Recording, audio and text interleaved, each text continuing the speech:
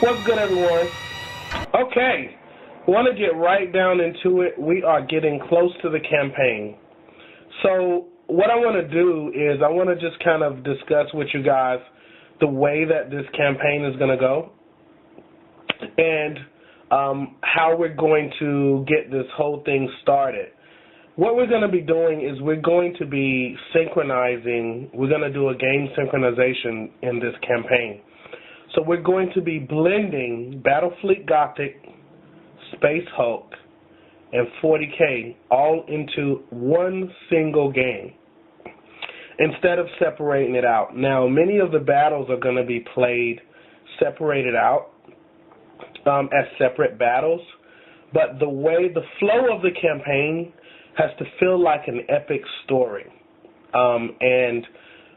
We want the players to really get involved with the story. So the way that we're going to go about doing this campaign is we're going to, and I'm going to illustrate it here, we're going to put all three game systems together. And how we're going to link them is by developing a set of home rules that we're going to implement that is going to allow us to connect the three games. Now, these home rules are not designed to make one army stronger than the other or to give one army a benefit over the other. So what we're doing right now is we're studying the rules. I've only played Battle Fleet Gothic like 3 times, and I've never played Space Hulk before at all.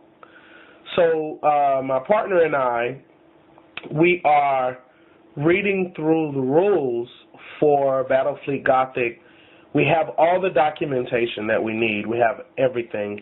We're reading through the rules for Battle Fleet Gothic, and we're reading through the rules for Space Hulk, which I think is going to be pretty simple for us because what I believe we're going to do is design our own rules for Space Hulk. I think it's easier to create a table that looks like, that has corridors, similar to the way the Red Steel Gaming Club is doing theirs. If you guys haven't had an opportunity to see it, it is absolutely amazing. If you go to the Red Steel Gaming Club's channel, please subscribe to their channel, guys. The stuff that they're putting out is so amazing. They created the interior of a ship and did a battle report from inside of the ship, and it's so interesting. So I don't think that it's going to be very difficult for us to do this. What I do think is that we will be limited, like fighting inside of a ship. Of course, you're not going to have vehicles running around in a ship. You're not going to be firing ordnance weapons in a ship. You mess around and blow the hull open and everybody's floating into space. So there has to be some amendments that we're going to make. There definitely will be limited movement when you're fighting in hallways, in corridors, in rooms, you know, with doors. So there's going to be limited space, limited kind of movement. So, you know, some rules may have to be tweaked here and there, but I think for the most part, I don't think that it's going to be a big deal. I do know that it is extremely exciting, and we're definitely looking forward to it. So, yeah, so what we're going to do, I want to just kind of show you guys, if you haven't done anything like this, I challenge you, everyone, you have to try to do a campaign where you have your battle fleet, you have boarding actions, you're fighting off a Genestealer infestation or a demonic infestation inside of your ship, and the hull bursts open and the vacuum of space is sucking everything out, and you have to make an urgent landing, and you're getting your drop pods and you drop down on the surface of the planet, and the enemy chases you down, and you know, it's just a rush. It's awesome. So we like to have these epic stories where we can design our armies around these stories, and we can design our armies around these scenarios. I am looking forward, after we finish the Flesh Terrors Tyrannid campaign, we're also talking about doing another campaign, and I'm getting an opportunity, and I'll show you guys during my next video, I finally got my favorite Primarch of all time in, Angron of the World Eaters. And so I'm going to do a World Eaters pre-Heresy army. I'm not quite sure if it's going to be pre-Heresy just yet. I think I may do right after the Isfan 5 event when they turn traitor. But I think I'm going to wait for the new Chaos Codex to come out before I do it. Otherwise, I'm going to have to play Angron as like a Bloodthirster or something. And so I'm going to just wait, but that's down the road. But anyway, I digressed a little. So let me get back to this. I want to just kind of show you guys how we're going to do this. So I'm going to just peer down in the documentation here just for a second because I want you guys to see something. So one of the things that's different about the Battle Barge here, this is the Space Marine Battle Barge. And as you can see, it's got its own rules. It's got its own stats for those of you that are interested. Look where it says Prow Launch Bays. You see here, Thunderhawks. The Thunderhawks can move 20 centimeters, and they're launched in 3 squadrons. Okay? Now, those 3 squadrons, I'm still doing the research, but I believe each squadron is made up of either 6 Thunderhawks or 3 Thunderhawks. I have to look it up to be for sure. So what we decided to do now, in the game, the way that this works is the Thunderhawks count as fighters, and they can also count as ordnance. So we go over here to ordnance just so you guys can see. Okay, so you can see the rules here. Okay, so just a second. I just want you guys to check it out. See, the Adeptus Astartes make exclusive use of the Thunderhawk gunship. So the way that we're going to do this, the gunships that we know of, if you look down here, Thunderhawk gunships combine the abilities of assault boats and fighters. So there are special rules in this game for assault boats and fighters, right? And they move 20 centimeters. So we know that fighters can attack, like fighters fight other fighter ships in space. So Thunderhawks can do the same thing. So what we're going to do is we're going to make an amendment here. Okay? We're going to make an amendment here because we want to be able to get our Thunderhawks to go down on the surface of a planet. Now, there are different types of Thunderhawks, right? So we already have rules in Apocalypse also about the Thunderhawk, about the way that the Thunderhawk functions, its rules and everything. Now, I'm not going to go spend $600 on a Thunderhawk. So what we're going to do is we got these miniature Thunderhawks from Aeronautica Imperialis, and I want to just show you one of them that I managed to get my hands on. I'm still painting it, but as you can see, it's transporting a Land Raider under it.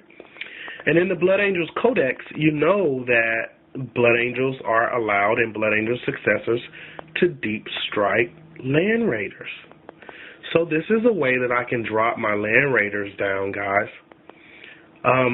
Of course, also, there are tons of things that a battle barge can allow you to do. For example, it was designed for planetary assaults and exterminatus. So look at this. So this is interesting. This is another layer of the campaign. If you look at the very bottom down here, let me see if I can get it clear. Okay, right down here at the bottom, okay, it shows you a battle barge is, once a battle barge is in position to exterminate the planet, you need to roll a 3+ to do so rather than a 4+, right? So the battle barge, you can see if you look up one sentence up, it tells you that it has the virus bombs and the cyclotronic warheads as standard ammunition. So these battle barges, this battle barge, this Victus is ridiculously powerful. Now, in a campaign like this, I would imagine the only way that I would want to completely destroy a planet that we're trying to defend is if, you know, there was just absolutely no way to get the Tyranids off this planet if we had no other choice. But the options are there. So what we're thinking about doing, and I'm going to discuss this further with my partner, in terms of the rules for assault boats, the rules for fighters, in my case, Thunderhawk gunships, which counts as both, you have to be in the upper atmosphere of the planet, your Thunderhawks. Because Thunderhawks count as fighters, that would then remove that rule, because fighters can fly around in space. So I can launch a Thunderhawk. If you can see the planet in the background here, I could launch a Thunderhawk from here, and as long as it can make it to the planet, it can drop. It can fly down and take my land raiders or deliver troops. The same thing for the Storm Ravens, because they serve the same purpose. You guys, let me know if I'm wrong. Is there any difference? This is a question that I'll pose for the wargaming community, because I am not sure about this. Is there any difference, any significant difference between the Storm Raven and the Thunderhawk, other than size and transport capacity? I mean, we already know that, but I'm wondering if there's any limited range. Like, does the battle barge or the strike cruiser have to be in a certain range before they can fly down to the planet? I do know that in gaming terms, according to the rules here, Thunderhawks count as fighters, and fighters fly around in space, not inside of the upper atmosphere of a planet fighting. So I would say yes. So anyway, now it's different with the drop pods. With the drop pods, and I'll move over here. Here's my drop pod in the background that I'm starting to paint. I got it primed. With the drop pod, I would say yes. The battle barge needs to be within a certain range of the planet in the upper atmosphere to jettison the drop pods to send them down to the surface of the planet. I would agree with that. So anyway, these are just like little things that we're trying to work out. It works the opposite for Tyranids. And we recently printed out the rules for Tyranids, and it completely works the opposite, because Tyranids, they actually can breathe in the vacuum of space, which is insane, but they can do it. So one of the things that we discovered was that Tyranids hurl spores through space, and this is how a gene stealer infestation starts. They actually infiltrate a planet, and they're there for several years before the population even knows that they existed. And once the synapse is developed strong enough on that planet, and it sends the signal back to the hive, that is when the hive fleet arrives to do a full-scale invasion. So that means that we can already have a gene stealer infestation on a ship, or a gene stealer infestation on the surface of the planet, which gives us a reason to start the combat on the ground, and moving forward. So these are we're considering all of these things. We're discussing all of these things, and we're going to work it out, and we're going to develop, after we finish studying the rules, we're going to develop one or two house rules that just allow us to send our troops down to the surface of the planet, or to negotiate combat inside of the ship. But we want this campaign to be epic, and I just wanted to share our ideas with you guys. We are asking you guys for ideas, and feel free to use our ideas also for your campaigns if you want to do campaigns. But we want to ask you guys for ideas, like, what do you think? What do you think? For those of you out there that play Battle Fleet Gothic, like I said, I've only played 3 games, and I know very little about it right now. I'm still very young to Battle Fleet Gothic. For those of you who are experts in Battle Fleet Gothic and have been playing, please put your comments below. Send me as much information as you can. We're trying to do the research. We want to get our campaign started, but we're trying to understand how we're going to go about doing this. But, yeah, send us your info. I'm definitely going to reach out to Marnus Augustus Calgar of the Red Steel Gaming Club. I absolutely love his work. I love what he's doing. I am definitely interested in how he did that Space Hulk battle report. If you guys haven't seen it, go to the page, subscribe to his channel, check it out. It is hot to death.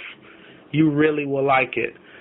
So I'm trying to do the same thing But we want to get this campaign rolling. So just wanted to share that with you guys. Want to get your feedback. If you can provide us with any information on how we can go about doing this, definitely hit us up, man. You know, shoot us a line. Put your comments below. If you like the video, let us know you like it. Subscribe to the channel. We are going to record the whole campaign. Once this campaign gets cracking, we're going to record the whole thing from front to back. So you guys are going to get to see the whole campaign start from the very beginning. And we're going to make it an epic story, and we're going to put it up here so we can share this with our wargaming community. So this is it for me. Before the holidays, this is my last video. So I want to wish everybody a happy holiday. You guys be safe if you're on the road traveling. Again, I want to thank a lot of you guys that encouraged me.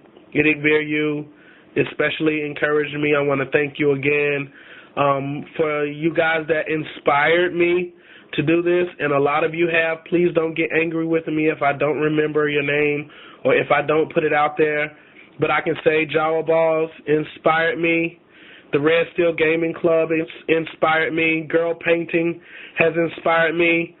Mini Wargaming has inspired me, especially with the stories. I absolutely love the stories, especially Sergeant Slaughter. That was hot to death. Beast of War has really inspired me. I love the reports. I always look for it when the new codexes come out to see what you guys have to say. Daryl be tripping me out. But it's cool, man. It's good stuff. It's good fun. You guys really inspire me. Blue Table Painting. Good stuff, man. Awesome painting. Awesome paint job. All of you guys. So I'm checking you out. I'm always watching, always learning more. Subscribe to everybody's channel. If I forgot any names, you guys have to forgive me. I will put it down in the next video. Every name that I can remember, and definitely the ones that I've subscribed to in our next video that we pop off, which is going to be next week, Imperial Guard video. My father, the Lord Commissar Bang Bang is his name. We are going to be putting it out next week. He is excited about showing off his guard army. He's been collecting them for more than 10 years, well over 30 tanks. So we're going to put it out there. Sorry this video was so long, but I just wanted to ask the question, man. If you guys have any information, if you can help us out with providing us any intel on Space Hulk or Battle Fleet Gothic especially, any ideas on how we can transition this thing into 40K and vice versa, hit us up, let us know. Happy holidays, guys. I will see you all, talk to you all next week. All right, holla back. Peace out.